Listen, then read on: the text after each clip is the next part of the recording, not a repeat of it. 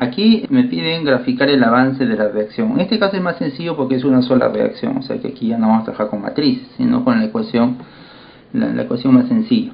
Lo malo de esto es que la ecuación no está balanceada. El primer componente, que es una sustancia compleja, para no escribirlo, a partir de ahora lo voy a llamar complejo, simplemente. Tengo la sustancia compleja, o el complejo. Hay permanganato de potasio, también hay las 9 especies químicas que participan de esta reacción. Al inicio se tiene 2 moles de complejo, 40 de permanganato, 50 de ácido, nada de dicromato, nada de sulfato, nada de dióxido, 100 de nitrato, 10 de sulfato y nada de agua. Esos son los moles que hay al inicio de la reacción. Y me están dando la extensión. La extensión es cómo avanza la reacción en el tiempo. Y a partir de esa extensión tengo que determinar cómo avanza cada una de las especies.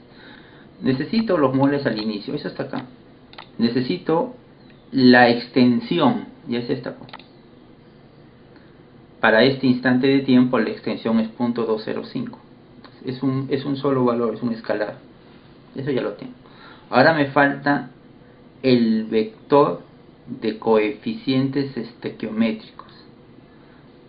Es decir, que tengo que balancear la reacción química. Bueno, vamos a hacer otra forma de balanceo.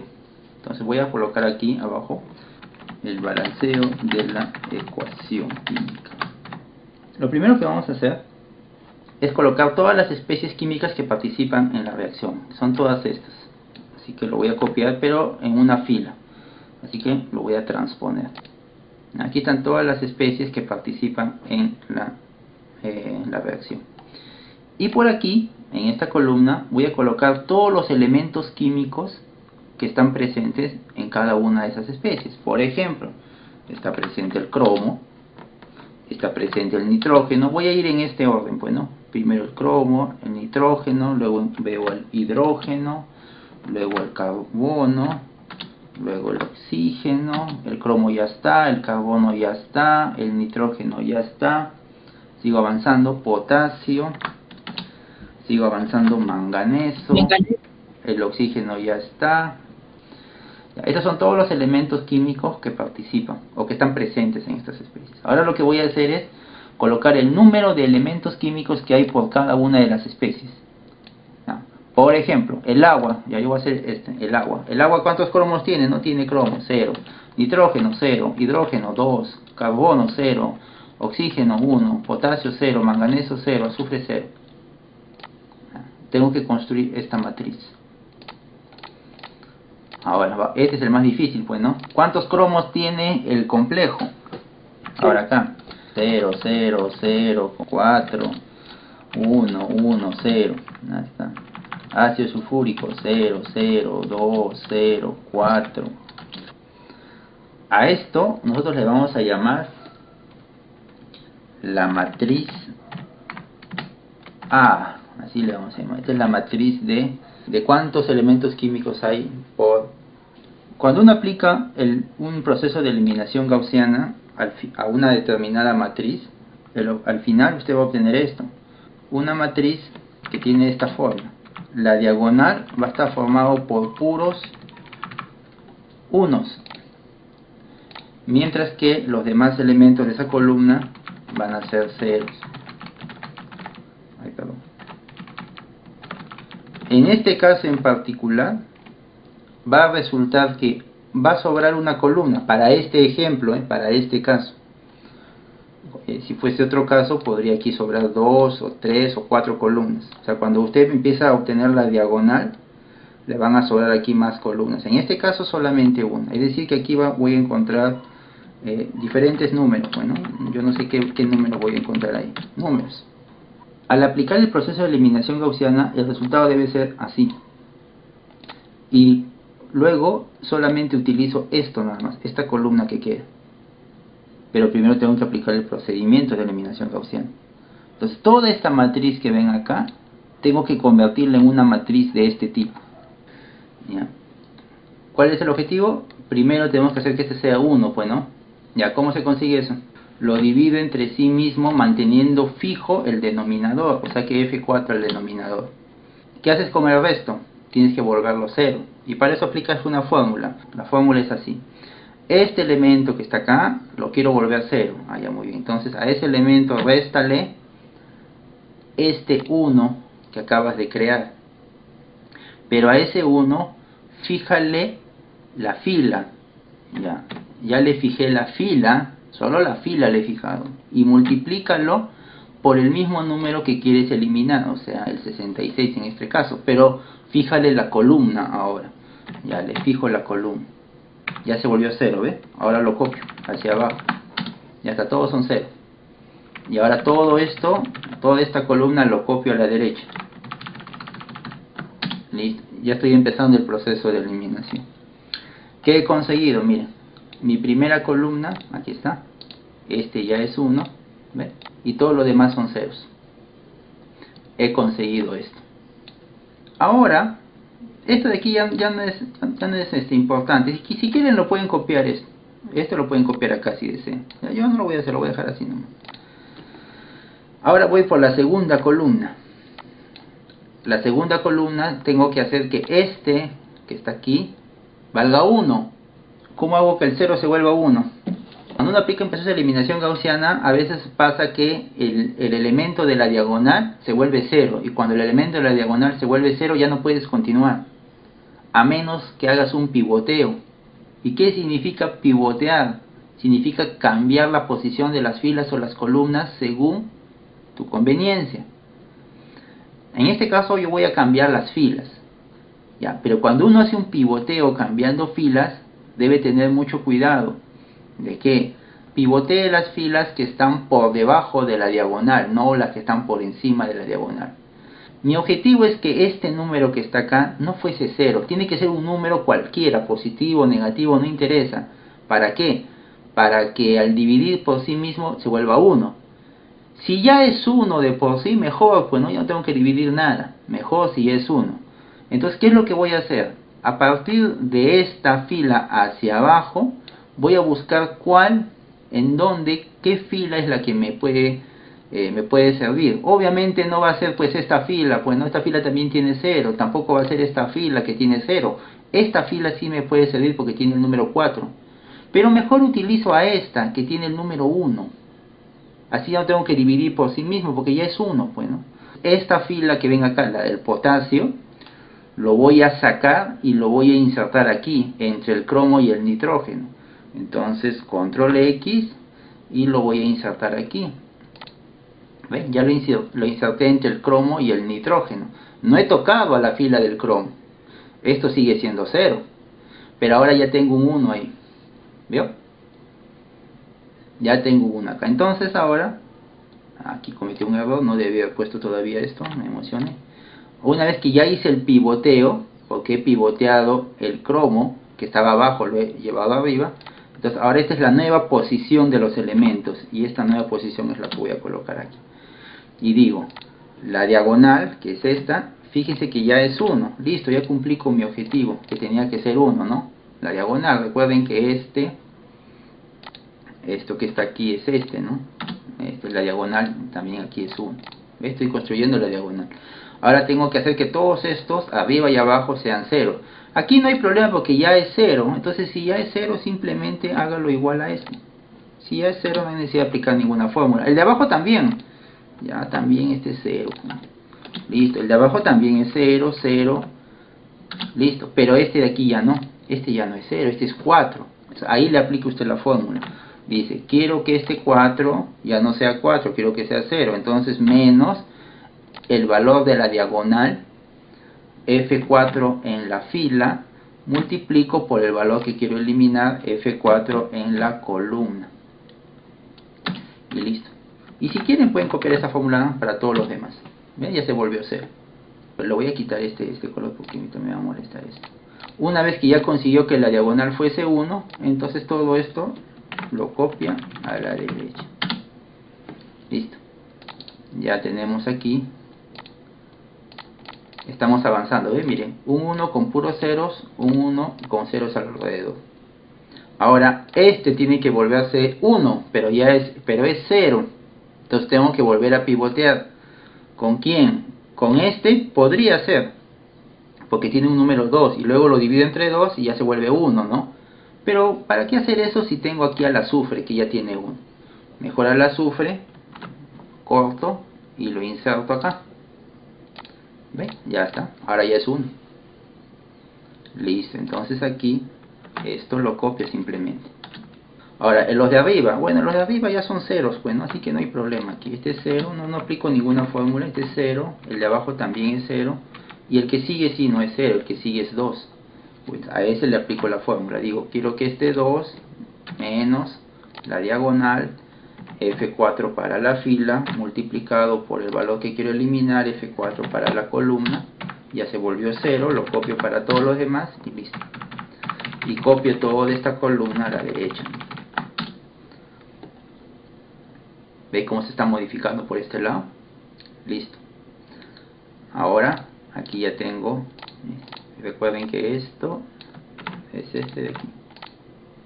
Se están moviendo un poco los elementos, ¿no? Porque como estoy pivoteando, se está moviendo el orden de los elementos, no importa. Al final, toda esta columna pertenece al ácido sulfúrico. Esto podría yo hacerlo en MATLAB, pero para eso tendría que programarlo. Y la programación no es nada complicado. Lo único malo es que habría que programar el proceso de pivoteo. O sea, cómo hacer un programa para que el programa, valga la redundancia, busque qué fila pivotear. Y eso sería una programación de búsqueda y ahí se nos podría complicar un poquito la cosa. Así que para no hacerla tan larga, es que estoy aplicando este método así con Excel nomás, que es bastante tedioso, ¿no? Bueno, miren aquí, él ya no es 0. Genial, ¿no? Entonces si ya no es 0, no hay problema, no hay necesidad de pivotear nada. A menos que, ojo, podría hacerlo, ¿eh? Si es que hubiese un 1 aquí abajo. Recuerde que hacia arriba ya no puede tocar. Y no hay ningún 1, así que bueno, lo puede pivotear. Ahora, miren, yo prefiero no trabajar con estos números que tienen muchos decimales, sino prefiero trabajar con los números enteros. A veces, bueno, yo prefiero hacerlo así, pero también se puede hacer así, no hay problema. Vamos a hacerlo así, a ver, con números decimales. Lo que pasa es que ustedes saben que tanto Excel como cualquier otro programa nunca trabaja con todos los decimales, ¿no? Siempre tiene un límite. Y a veces en esos procesos en donde uno está generalmente en la eliminación gaussiana, que son procesos que se repiten y se repiten, esos decimales que se van perdiendo al final pueden llegar a tener cierto efecto en el resultado final, ¿no? Pero bueno, no importa, vamos a hacerlo. A ver, voy a poner aquí.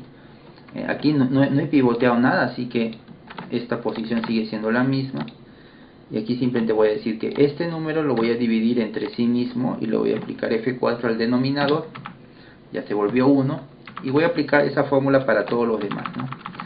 Este elemento menos la diagonal F4 en la fila multiplicado por el elemento que quiero eliminar y F4 a la columna. ¿Está? Y esa fórmula la copio en los demás casilleros. Extiendo esto para la derecha.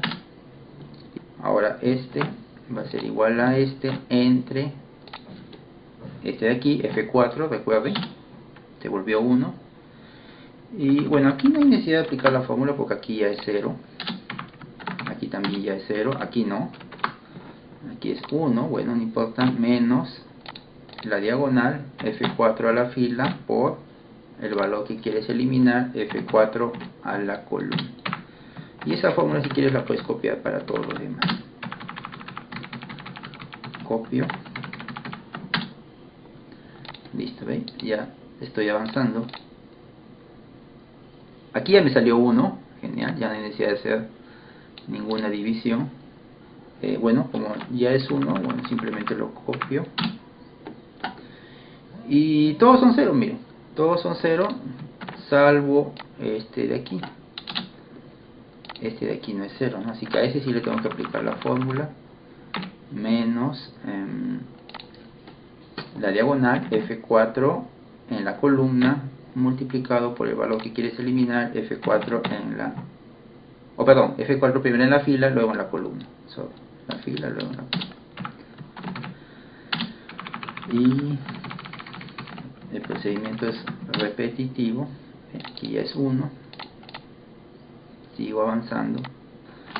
Y por último, entre F4. Y para todos los demás, aplica la fórmula.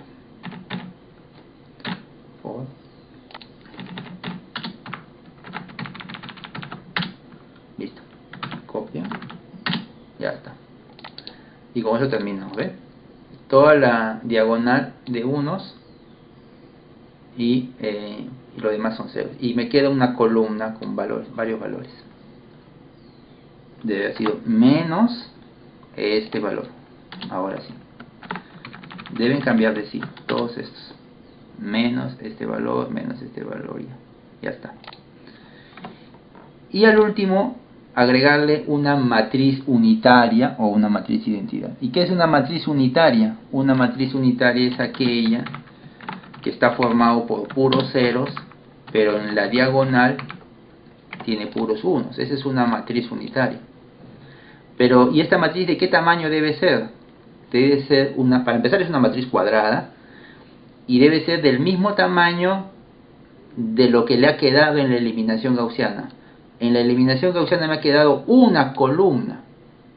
Entonces su matriz unitaria debe tener una columna y una fila. Entonces si es una columna y una fila, le borro esto, ya pesa un 1. Esa es una matriz de una columna y una fila, entonces quiere decir que acaba 1. Listo. Estos son sus coeficientes estequiométricos. Ahora usted dirá, pero los coeficientes no tienen que ser números enteros, ¿no? No, los coeficientes también pueden ser fracciones. Pero si usted quiere volverlo número entero, lo único que tiene que hacer es aplicar lo que hacía en química general, ¿se acuerdan? Cuando hacían cálculos de este tipo. Buscaba el menor de todos estos valores, de todos estos coeficientes. Miren, acá unos tienen negativo y está bien, porque recuerden que en cinética los reactantes tienen coeficiente negativo, mientras que los productos, que son estos, tienen coeficiente positivo, ¿ve? O sea que está bien. ¿Cuál es el menor de todos estos? Pero no teniendo en cuenta el signo, pues, ¿no? Porque si no, ahí sí. A ver, el menor de todos, mínimo, paréntesis, del valor absoluto de todos estos números. Control Shift Enter. Ahí está. Qué raro, hace un momento salió 0.62, ¿no? Es mínimo, paréntesis, del valor absoluto de todos esos números, ¿no? Le he presionado Control Shift Enter como si fuera una matriz. Me salió .2063. Ya, está bien, ese es el menor de todos. Entonces ahora sí, lo que tengo que hacer es dividir, ¿no? Divido el coeficiente entre el menor de todos, F4 al menor. Salió -1. Uy, me sigue saliendo decimales. Pero no importa, voy a verificar si tiene más decimales. Voy a aumentar el número de decimales. Mire, en realidad solamente es un decimal nada más, porque todo lo demás son ceros. Mire, 0, 0, 0, 0. Ya, es un decimal el problema. Bueno, si es un decimal, pues lo multiplico por 10 entonces. Lo multiplico por 10 y ahí están sus coeficientes estequiométricos. 10 para el complejo, 1176 para el permanganato, 1399 para el ácido sulfúrico, 35 para el dicromato, 1176 para este. Esto era lo que me estaba faltando. Esos son los coeficientes que faltaban. Negativo para los tres restantes, positivo para los productos. Listo. Y el resto ya es fácil, pues, ¿no? Entonces, si yo quiero calcular el número de moles en un instante de tiempo cualquiera, selecciono toda la columna y pongo, ¿no? Aplico esta fórmula. Digo, el vector de moles iniciales, aquí está, F4, porque este es un valor fijo que no se va a mover, va a ser válido para todos los casos, más la extensión, aquí está la extensión, es este que está acá arriba, este sí va a ir cambiando por el vector de coeficientes estequiométricos, es este que acabamos de obtener. Y este también no se va a modificar, así que F4. Listo, Control Shift Enter. Ya tengo los moles en ese instante de tiempo. Si lo copio para los demás instantes de tiempo, ahí está. Entonces ya tengo cómo evolucionan cada una de estas especies en el tiempo. Ahora sería cuestión de graficarlo, ¿no? Aquí tengo cómo cambia el complejo. Miren, de 2 moles que había al inicio, en un tiempo igual a 1, baja a 1,95, a 1,9 y va bajando. Se está consumiendo, lógico, pues, ¿no? Es el reactante. Igual con el permanganato, ¿no? De 40 empieza a bajar. El ácido sulfúrico también empieza a bajar y bueno, y los demás empiezan a aumentar, bueno, como era de esperarse. Pero ya sabemos en cómo es que aumenta. Y ya puedo hacer un gráfico así de este tipo, pues, ¿no? De todas las especies químicas en función al tiempo.